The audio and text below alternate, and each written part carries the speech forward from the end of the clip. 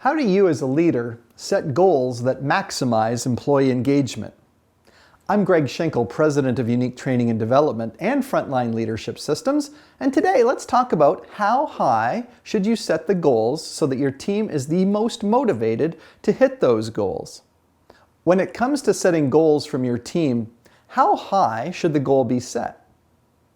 In the book Switch, How to Change Things When Change is Hard, written by Chip and Dan Heath, they tell the story of one of their friends who was running a full-service car wash.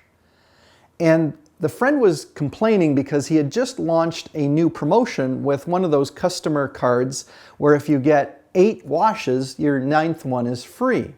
So what he would do, as you've seen in many other schemes that are similar to that, is you're handed the card, they stamp it for the first time, and if you come back 7 more times, you'll get a free wash as your next wash. The problem was the promotion really wasn't taking off. So the two brothers, Chip and Dan, who are writing the book, said that maybe he should try doing something a little different. Why not print a 10 blank card, but this time when you hand it to the customer, stamp it 3 times and give it to them?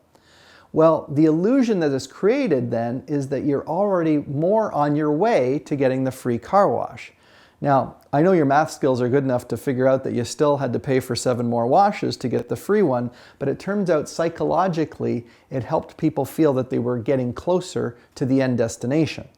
Now you might say, well, why wouldn't he just print a 50 blank card and stamp it 43 times, or a 20 blank card and stamp it 13 times? Well, first of all, that's a lot of stamping. But it turns out that if you make the goal too easy, it also doesn't motivate. So let's kind of review what the lesson is here. If you set the goals for your team too high, when they look at them, they think they're unachievable, they just won't try because they'll say, what's the use in trying? We're not going to be able to hit the goal anyway. So that becomes demotivating, setting goals that are impossible, at least in the team's perception. On the other hand, if you're too easygoing and you set the goal too low, like the customer card with 43 stamps out of 50, the illusion it creates is, I don't even have to try at this, we're definitely going to win. And think about those of you who are sports fans and you know that your team, the team that you love, is playing another team, and the statistics say that your team should beat that team. The problem with that is sometimes the team believes this is going to be an easy win for us and they don't put the necessary effort, and that's often when the underdog wins.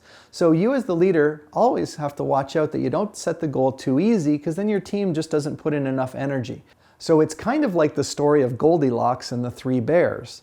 Where she tries the one bowl of porridge and it's too hot, and she tries the other bowl of porridge and it's too cold, and then finally she gets to the middle bowl of porridge and it's just right. That's what you're looking for as a leader, is what is the goal that I can set that is just right? Well, it turns out that you want to set the goal at a level where when the individuals on your team are looking at the goal, they have this sense that says, we've got a shot at hitting it, but it's not a slam dunk.